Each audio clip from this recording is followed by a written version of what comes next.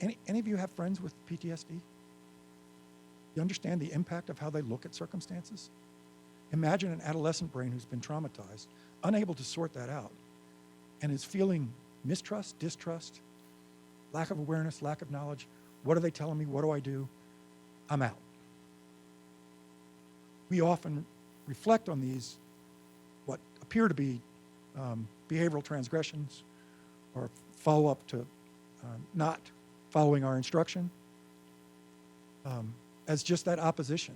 So we're going to hold them accountable. When if we knew by an active, routine trauma screening, which I understand is going to be a part of the Juvenile Assessment Center and should be a part at each key decision point as an accompaniment to the screening and assessment instruments, then we'll have a full picture of that relevant information. Current relevant information. What are we dealing with here?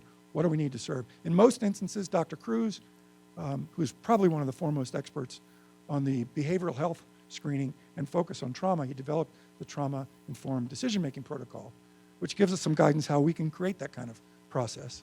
TIDP, Dr. Keith Cruz, CRUISE. Then the next step when we screen for that trauma is to ensure that we have the ability to clinically evaluate. What is the nature of that trauma?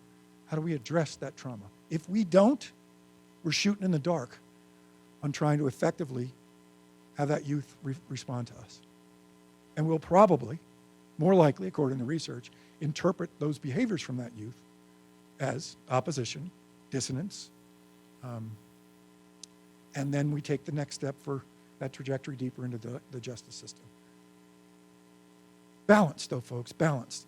I'm not talking about that they can't have some accountability for their conduct. Still haven't left that concept when we're talking about employing these kinds of methods.